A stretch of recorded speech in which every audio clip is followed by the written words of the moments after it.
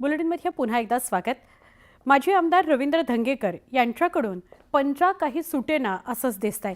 शिवसेनेत प्रवेश केल्यावरही रवींद्र धंगेकर यांनी काँग्रेसच्या चिन्हासह सोशल मीडियावर पोस्ट केली। जागतिक रंगभूमी दिनाच्या शुभेच्छा देण्याकरता केलेल्या पोस्टवर काँग्रेसचा पंजा धंगेकरांनी वापरला। शिवसेनेत प्रवेश करून देखील धंगेकरांना काँग्रेस काही सुटेना असंच बघायला मिळतंय।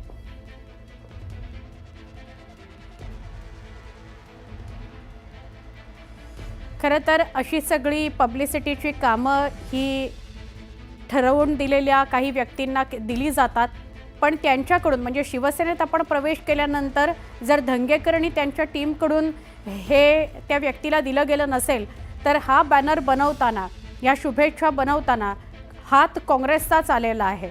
आपण जाणून घेऊया अधिक माहिती अभिजित पोटे यांच्याकडून। अभिजित, चूक झालेली आहे, आता शिवसेनेत प्रवेश केलाय पण चिन्ह मात्र काँग्रेसचं तसंच राहिलंय।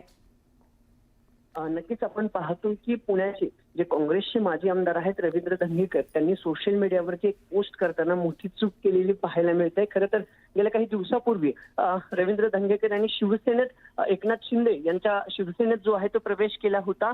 त्यानंतर शिंदेंची 2-3 वेळा भेट घेतली आणि आज जागतिक रंगभूमीच्या शुभेच्छा देताना मात्र सोशल मीडियावरती जी पोस्ट केली त्यावर रवींद्र धंगेकरांकडून मोठी चूक झालेली आहे। कारण जी पोस्ट धंगेकरांनी लिहिली होती त्यात काँग्रेसचा जो पंजा आहे, जे काँग्रेस पक्षाचं चिन्ह आहे, त्या चिन्हाचा वापर त्या पोस्टमध्ये केलेला आहे।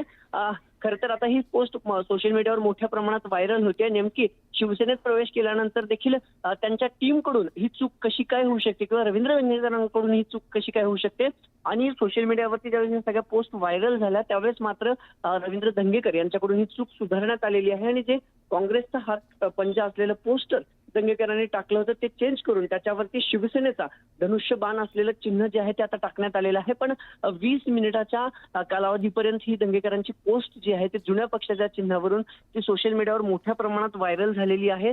खरं तर माजी आमदार, माजी नगरसेवक ही चूक करू शकतात का असा प्रश्न खरं तर विचारला जातो आणि धंगेकरांकडून हे नेमकं का झालं असं देखील आता बोललं जात आहे। खरंय, अचूक विश्लेषण अभिजित। टीमकडून ही चूक कशी काय होऊ शकते, टीमकडून झाली तर धंगेकरांनी सुद्धा पोस्ट करताना ही चूक कशी काय लक्षात आणून दिली नाही हा महत्त्वाचा प्रश्न आहे। त्यामुळे हात काही सुटेना अशा चर्चा सुरू झाल्या आहेत।